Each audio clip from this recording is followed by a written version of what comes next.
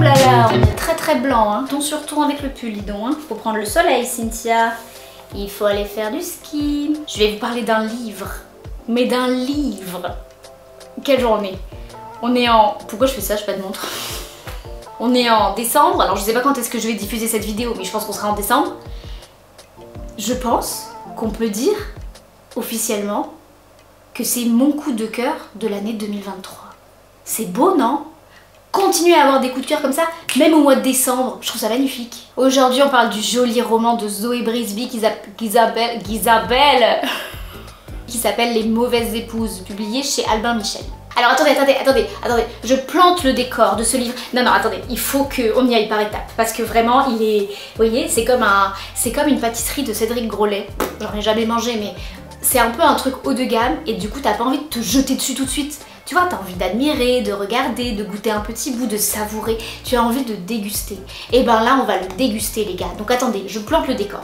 Je suis où? À la foire du livre de Brive, ok? Il y a 1500 personnes au mètre carré, on ne peut pas circuler, c'est une horreur, il fait 70 degrés, je vous le dépeins bien, hein. C'était une super expérience, mais ça on y reviendra plus tard. Bam, je vois Zoé Brisby. Zoé Brisby, que je ne connais pas. Je me dis, allons-y. Donc bam, je m'immisce dans la queue, et en attendant, alors, j'ai fait des vannes avec le mot que pendant tout le week-end, ok? Et regardez-moi bien, pendant tout le week-end, j'ai fait des vannes avec le mot que. Ça a été mon moment. J'ai eu 14 ans.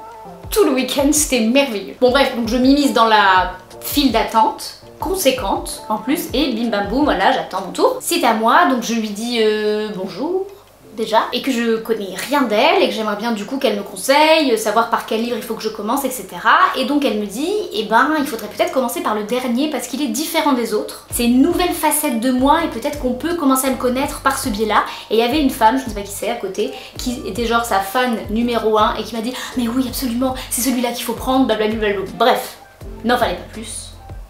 J'ai donc pris Les Mauvaises Épouses. Alors, entre parenthèses, Zoé Brisby, elle est d'une gentillesse, elle est d'une douceur, elle est d'une bienveillance. En même temps, je suis en train de me dire, je pense que dans un salon, tu peux rencontrer peu d'auteurs qui insultent leurs lecteurs, si vous voulez, mais j'ai trouvé qu'il y avait vraiment un truc fluide, naturel, elle était vraiment profondément gentille, sans faire exprès, quoi. Vous voyez?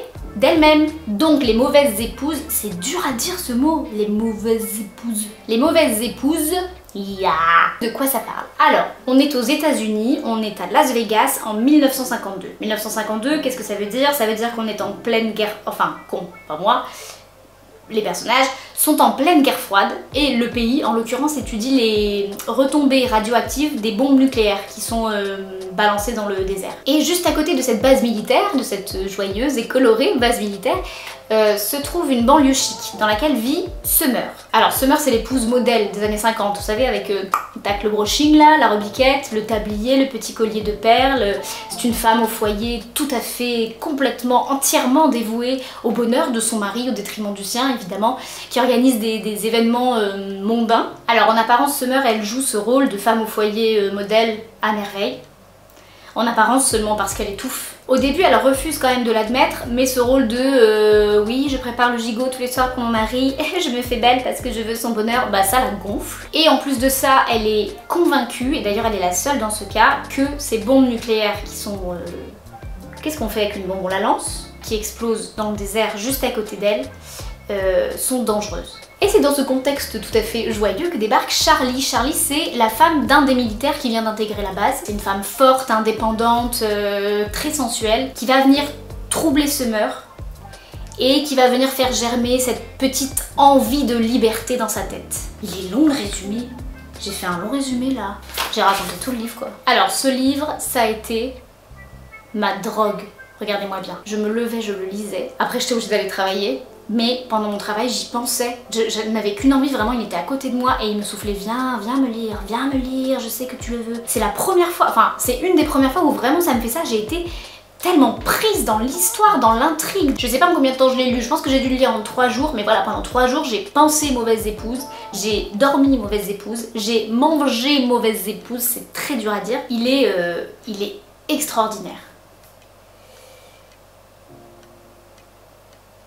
Ah bah je cherche d'autres adjectifs, j'en ai pas dit donc, c'est fou. Extraordinaire, extraordinaire, synonyme. Bah j'en ai aucun qui me vient, c'est fou. Voilà, exceptionnel, formidable, stupéfiant, voilà, merci Google. En fait, Les Mauvaises Épouses, c'est un livre révoltant. Peut-être qu'il a pas mal résonné en moi parce que j'étais une femme. Au-delà du fait qu'il dépeint quand même la folle injustice d'être une femme dans les années 50, le fil rouge en fait de ce livre, c'est le droit des femmes. C'est cette guerre féministe tout à fait silencieuse que les femmes commencent doucement à mener dans les années 50, sur fond d'ailleurs bien bruyant de guerre froide. Et le parallèle entre du coup la guerre froide, très bruyante, on est des hommes, on a des muscles, viens tâter ma mitraillette, et la guerre silencieuse menée par les femmes, je trouve elle arrive vraiment très bien à le traiter, c'est très subtilement dosé. Le style est merveilleux de toute façon. Nouvel adjectif, merveilleux. On est complètement immergé dans l'histoire et Zoé Brisby, elle sollicite à merveille nos 5 sens. Vous voyez? On les sent, les cupcakes atomiques, on les sent. Voilà, elle décrit avec justesse beaucoup de sensibilité, beaucoup de subtilité de combat mené par les femmes pour s'extraire de cette domination masculine et pour exister en fait, juste. Pour exister. Très belle surprise, gros coup de cœur pour moi. Il faut savoir que je saoule tout mon entourage avec Zoé Brisby depuis un mois là. J'ai tellement aimé. Merci beaucoup. Et figurez-vous que je n'ai pas de chanson pour conclure cette chronique. Donc, bah voilà. Non, je finis pas sur une chanson. Non, c'est pas toujours les chansons. Après, vous allez vous habituer. Vous voyez, moi je vais devoir instaurer un nouveau truc. Non, pas de chanson cette fois. Allez manger un chocolat plutôt. Hey, le Covid!